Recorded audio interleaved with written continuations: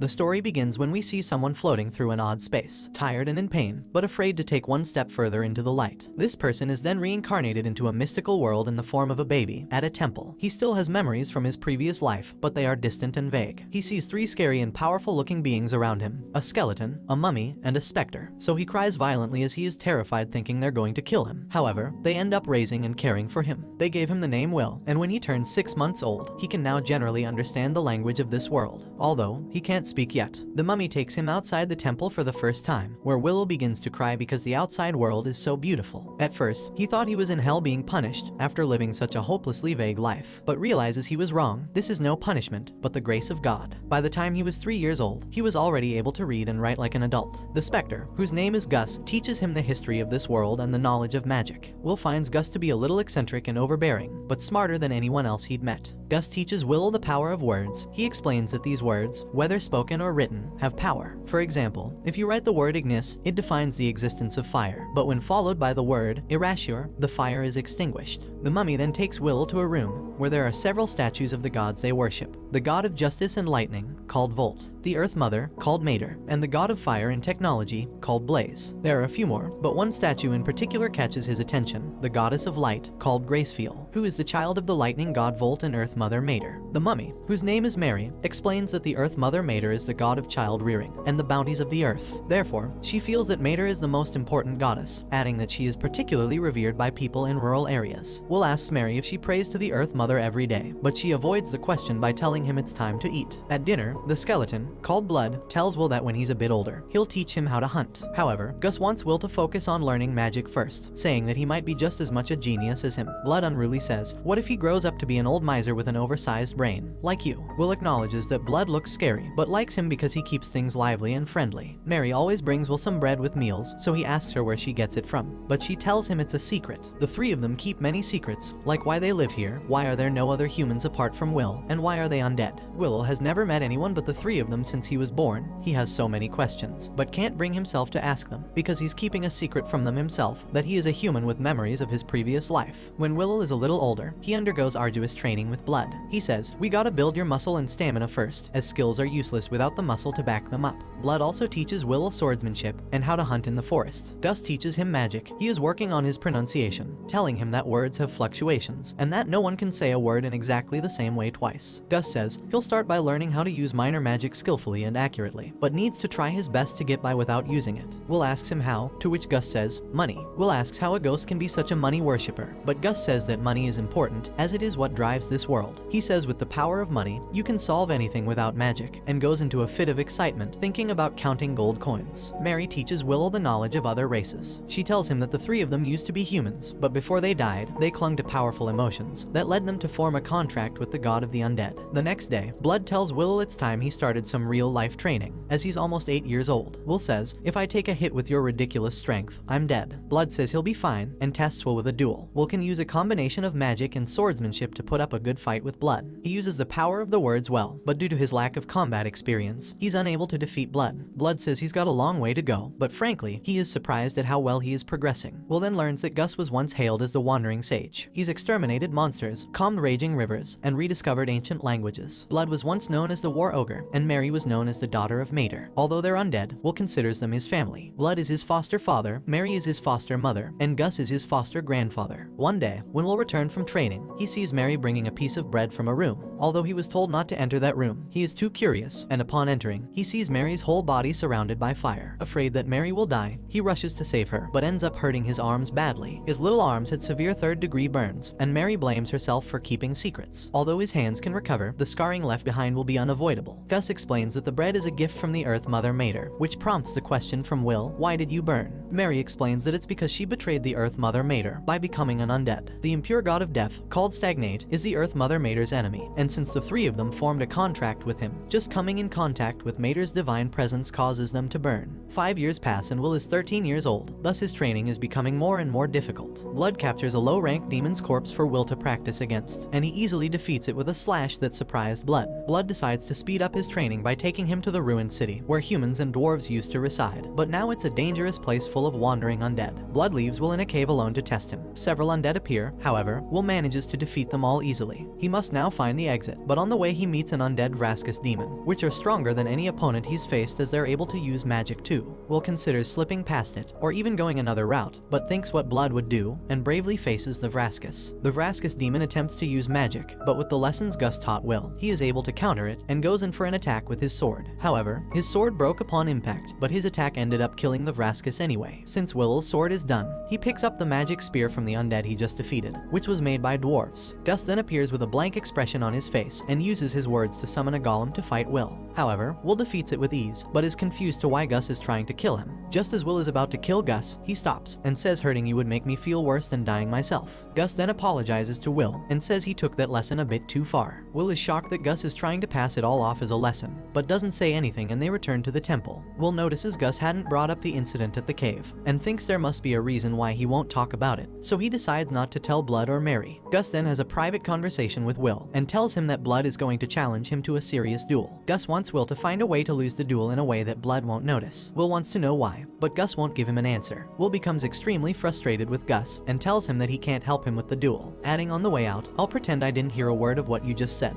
Will runs to the room with the statues of the gods, where Mary reveals that Blood worships the god of fire, Blaze, and Gus worships the wind god, called Whirl. Blood swore to Blaze that he would train every day and grow strong. On the other hand, Mary told Mater that she would live in a way that would honor her will. Mary tells Will that Gus swore to the wind god that he would do as he pleased and enjoy life, as he hates being bound by anything. Years later, we see that Will has grown quite a bit. It is the evening and he has just finished training with Blood. Blood brings some alcohol he made himself for them to drink, and after they get drunk together, Blood suggests they take a little peek at Mary while she's changing. While they're spying on her, Will trips and opens the door. Mary asks Blood what the hell he gave Will to drink, and Blood avoids it by saying we were just gonna have a little peek while you changed. Will says I told him we shouldn't. However, a rather unholy Mary slaps him into next week. The following day, Blood intensely spars with Will. He is like a storm with his attacks, so Will is finding it hard to get in a strike without being hit. Will then pulls out an epic move, using his shield to block Blood's sword so he can use it as a ramp to take him down. Just when Will was about to strike, Blood throws him away like a plastic bag. Will concedes, and Blood says having no muscles really is a disadvantage. Blood then gives Will a surprise gift, the most powerful of all the demon blades he owns. Will is confused, because he didn't even win, but Blood explains that it's to mark his new independence. The sword is called Overeater, and if a living being is cut with this blade, its wielder recovers life force with each cut. He also says that the more he uses it, the more dependent he'll become, until he's so weak that there's nothing left of him, and that's probably part of what makes it a demon blade. Now Will is old enough, Mary and Blood decide to tell him the secrets about the king among demon kings, who tried to conquer their continent. About 200 years ago, the demon kings led a great uprising. An army of countless demons invaded the continent, so the place was crawling with demon kings and generals. These swarms of demons offered up massive amounts of flesh and blood, in a number of great rituals to their deity, the god of dimensions. The High King went on a rampage in their continent, and Blood explains that his nicknames don't even come close to the truth, adding that his abilities were absolutely insane. He could turn any blood he shed into soldiers, and any flesh cut from his body into commanders, in unlimited amounts. In other words, he made demons from his own flesh and blood. Only blades can harm him. Arrows and magic wouldn't even leave a mark. Blood says his weapon of choice was Overeater, which shocks Will. Mary explains that eventually, he came to be called the High King, meaning the king of all kings. Blood says that even with the help of Gus's magic and Mary's blessing, he was no match for the High King, and because he is an undead, he can't grow, therefore his sword skills can't improve any further. Since they couldn't kill the High King, Mary and Gus placed a seal on him, and the High King was sealed deep beneath this land.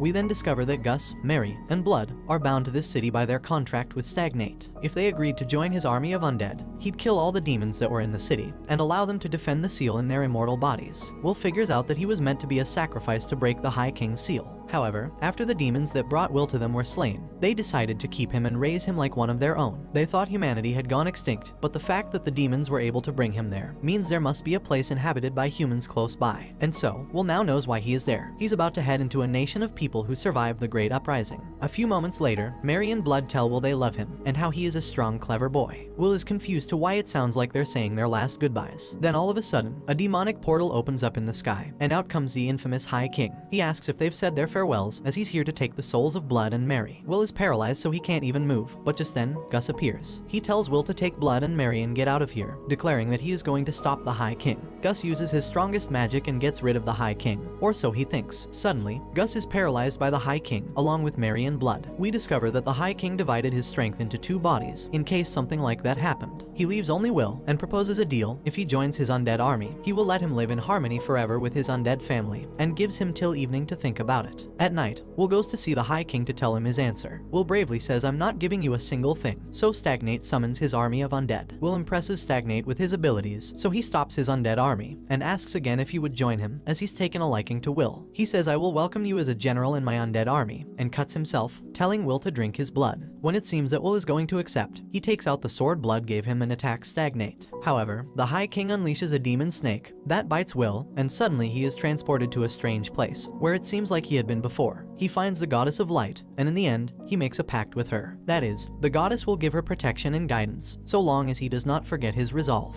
Upon waking, Stagnate is disappointed that he made an oath with Graceful, as he hoped Will would join his ranks. The undead attack Will, but they are no match for Overeater. Stagnate suddenly disappears using the cloud of dust, and Will is left wondering where he went. Graceful then appears, and faces Will in the direction of the temple. Will then uses his accelerate ability to get over there as soon as possible, after realizing that the High King is after Blood and Mary. When Will arrives, the High King is just about to kill Blood. Will tries to stop him but knows he will not make it in time, but suddenly, a goddess appears who Will doesn't recognize, and after saying goodbye, he realizes that the Earth Mother never hated Mary for accepting Stagnate's deal. Mary starts to cry, and at that moment, Stagnate casts a lightning spell at Will, but he stops it with his magic, and takes advantage of this opportunity to charge with his sword, and begins to hit Stagnate with a vicious flurry of attacks. Will ends up defeating the High King, and after we see him vanish completely, everyone is very excited and congratulates Will. However, when they're about to leave, Mary and Blood fall to the ground. They tell Will that since they lost their attachment and denied selling their souls to Stagnate, their time has come to an end. Will begins to cry and asks if there's anything he can do, as he doesn't want to lose them. However, they calm him down and tell him that there's nothing he can do,